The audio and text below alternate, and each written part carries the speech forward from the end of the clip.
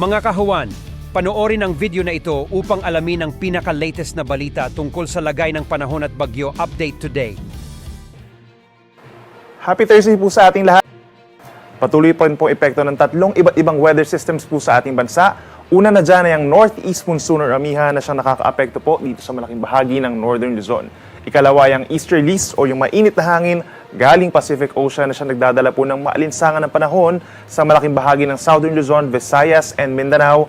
Habang nagtatagpo ang dalawang weather systems na ito, yung Amihan and Easterlies, dito sa linya na tinatawag po natin na shear line, at ito yung nagdadala ng pag-ulan sa malaking bahagi po ng Central and Southern Luzon. At base naman sa ating latest satellite animation, wala po tayong namamataang anumang weather disturbance na papasok ng ating area of responsibility hanggang sa weekend.